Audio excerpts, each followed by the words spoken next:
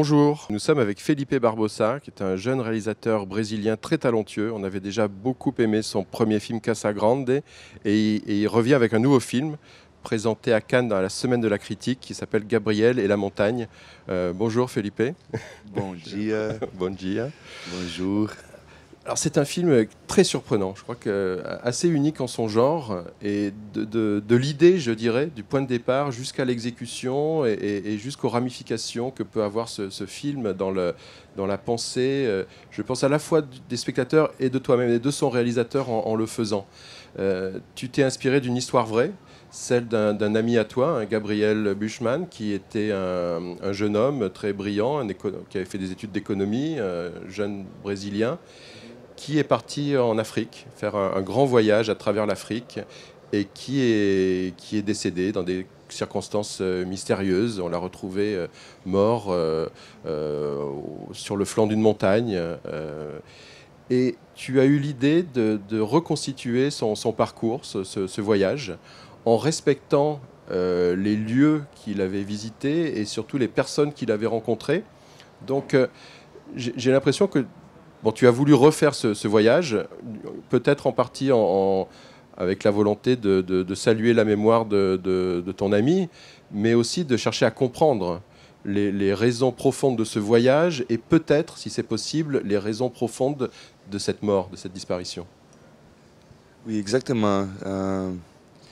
Je voulais refaire ce voyage et à travers une fiction, parce que comme ça, je pouvais redonner la vie à Gabriel. Parce que c'était un documentaire investigatif, il serait toujours mort. Alors je voulais jouer, je voulais que quelqu'un jouait Gabriel avec les personnages, les vrais personnages que l'on rencontrait. Et finalement, je pense que Gabriel était un prétexte pour découvrir cette cartographie d'Afrique, des différents points de vue de cet homme. Alors, l'histoire est racontée à travers les points de vue de tous ces personnages que l'on rencontrés, y compris sa copine, Christine, qui est jouée par une actrice.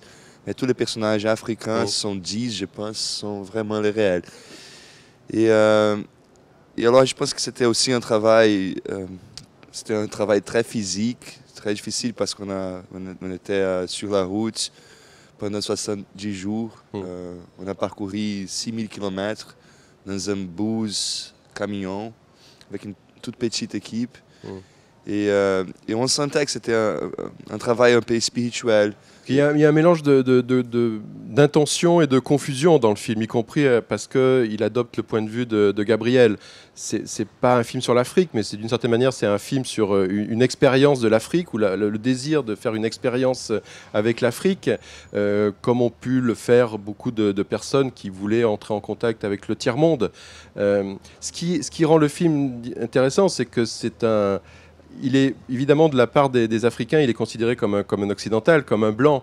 Mais lui, il dit, moi je ne suis pas blanc, je suis brésilien. Il y a aussi un rapport entre le Brésil et l'Afrique, pays voilà, qui a été peuplé de Noirs, d'Africains, d'esclaves. Donc il y a un rapport toujours à la colonisation.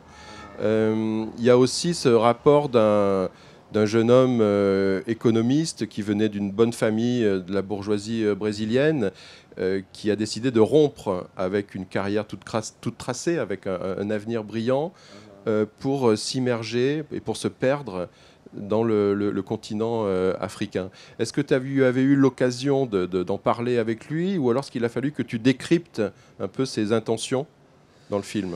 C'est un sentiment un peu romantique, mais trop vrai. C'est un truc très fort qu'il a décrit, de finalement être en train de réaliser le voyage de ses rêves, un voyage tellement sustentable, en train de s'éloger avec les gens qu'il connaissait. Et tout ça, j'ai senti quelque chose de très fort. Et c'est vrai qu'il y a cette relation très intime entre l'Afrique de l'Est et le Brésil, qu'on sent toujours dans la musique, dans la nourriture, dans les rapports, dans l'hospitalité des gens, cette espèce de chaleur. On se reconnaît là-bas, comme si c'était d'où on vient. C'était un peu un retour aux sources pour lui, tu penses? Je pense que cette montagne aussi est assez symbolique. Il y a un côté paradis dans les lieux où il était trouvé. Et c'est une montagne très mythique. Il y a beaucoup, beaucoup de rumeurs autour de cette montagne par rapport aux esprits. Il y a aussi des rumeurs que le monde avait commencé là-bas. On a coupé cette phrase des films, mais c'était là au départ. Oui, c'est un retour à l'origine du monde. Exactement. Et on ne voit pas souvent les Brésiliens en Afrique. Et c'est surtout à cause de la distance géographique. Et c'est cher d'aller là-bas. Alors, je trouvais que Gabriel était aussi une opportunité de faire cette reconnexion.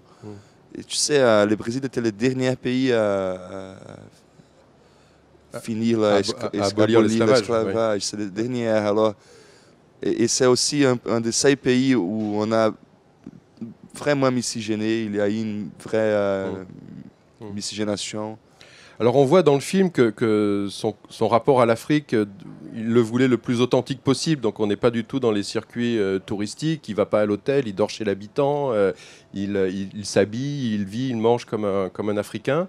Mais tu n'idéalises pas le personnage de Gabriel parce qu'il a aussi des aspects pas forcément très sympathiques. On voit aussi qu'il a une forme d'égoïsme, de garçon un peu capricieux, il connaît ses privilèges, enfin d'un peu d'enfant gâté. Donc c'était important aussi de conserver l'ambiguïté ou alors les paradoxes de ce jeune homme.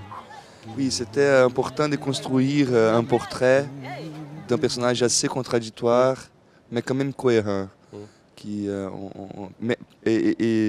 Et ça se donne à travers cette narration partagée entre les personnages qui l'ont rencontré, parce que chacun a eu un différent rapport et un différent point de vue vers lui. Écoute, nous sommes à Cannes, donc je ne sais pas si tu as eu le temps de voir des films déjà, mais je voulais te demander s'il y avait un film que tu avais beaucoup aimé déjà depuis le début du festival, ou s'il y avait un film que tu attendais beaucoup d'un réalisateur dont tu apprécies particulièrement le travail. Je n'ai pas vu beaucoup de films, beaucoup moins que je voulais en fait. J'ai vu que 3 films. Mais j'ai beaucoup aimé Los Perros, de Marcela Said. J'ai bien aimé ça. Et, il y a un film que tu attends? Le film que j'attends, c'est le film de Lynn Ramsey, parce que je l'adore. Merci beaucoup, Felipe. Je rappelle que ton film va sortir en France cet été, je crois. Je ne me souviens plus de la date exacte. Je pense que en juin. C'est au août. D'accord, en août. Donc Gabriel et la montagne. Et puis Casa Grande sera prochainement diffusé sur Arte. Je ne sais pas encore, mais bientôt. Voilà, vous pourrez voir les 2 films au cinéma et sur Arte. Merci, Felipe. Merci pour tout vos soutiens en Arte. Et obrigado.